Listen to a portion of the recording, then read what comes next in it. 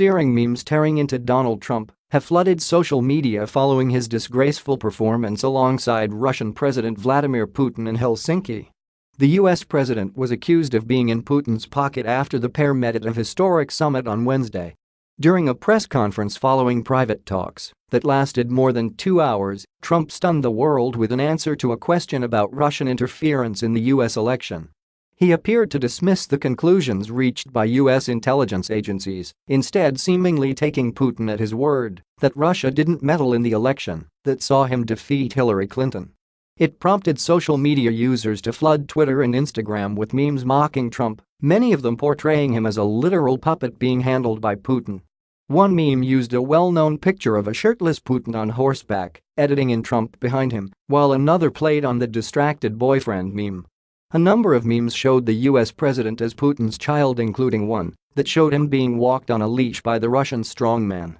Some memes showed Trump and Putin dressed in leather, with one portraying the US president as the submissive in a BDSM relationship. One shows a winking Vladimir Putin being kissed by Donald Trump along with the #treason summit, and another portrayed their pair eating the same piece of spaghetti with the caption, "Lady and the Trump." The memes reflected Trump's status as a nearly solitary figure in his administration, still holding on to doubts about whether Russians tried to sway the election. His top national security officials, Democrats and most Republicans in Congress, say US intelligence agencies got it right.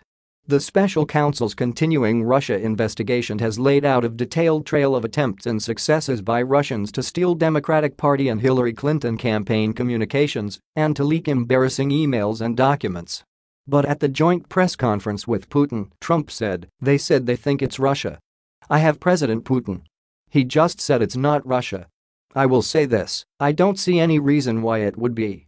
I have great confidence in my intelligence people. But I will tell you that President Putin was extremely strong and powerful in his denial today." Just minutes earlier on the same platform, Putin had offered a reason by admitting that he wanted Trump to win, even while denying Moscow ever meddled. "Yes, I wanted him to win because he spoke of normalization of Russian-US ties," he said at the news conference, acknowledging a preference that is widely suspected in Washington. Just hours after the news conference, the US government charged a Russian woman with conspiracy to act as a Kremlin agent while infiltrating political groups. Marina Butina, 29, allegedly served as a covert Russian agent while living in Washington, gathering intelligence on American officials and political organizations and working to establish back-channel lines of communications for the Kremlin. Special counsel Robert Mueller didn't file the charge against Butina, but court papers show her activities revolved around American politics during the 2016 campaign and included efforts to use contacts with the National Rifle Association to develop relationships with U.S. politicians and gather intelligence for Russia. But last week, Mueller charged 12 Russian military intelligence officers, alleging a sweeping conspiracy to interfere in the election. The charges were the first to tie such alleged criminal behavior directly to the Kremlin. And the indictments were just the latest in a series of actions taken by the US government since late 2016 in retribution for what intelligence agencies say was a broad plan to support Trump's election campaign directed by Putin himself. But in Helsinki, Trump also appeared to embrace Putin's offer to have Russian investigators work together with US prosecutors on the case of the 12 just indicted. "I think that's an incredible offer." Astonished Republicans and Democrats uniformly condemned Trump, with harsh criticism coming even from hosts on Fox News, a network normally friendly to the president. Trump returned from his European tour, which also saw him attack British Prime Minister Theresa May on her own soil, to face the ire of intelligence officials and senior Republicans who denounced him as shameful and disgraceful. Republican Senator John McCain said Trump's seeming acceptance of Putin's denial was a historical low point for the US presidency and the Helsinki summit between the two leaders a tragic mistake. Today's press conference in Helsinki was one of the most disgraceful performances by an American president in memory, McCain said in a blistering statement. The damage inflicted by President Trump's naivete, egotism, false equivalence, and sympathy for autocrats is difficult to calculate, McCain said in a blistering statement.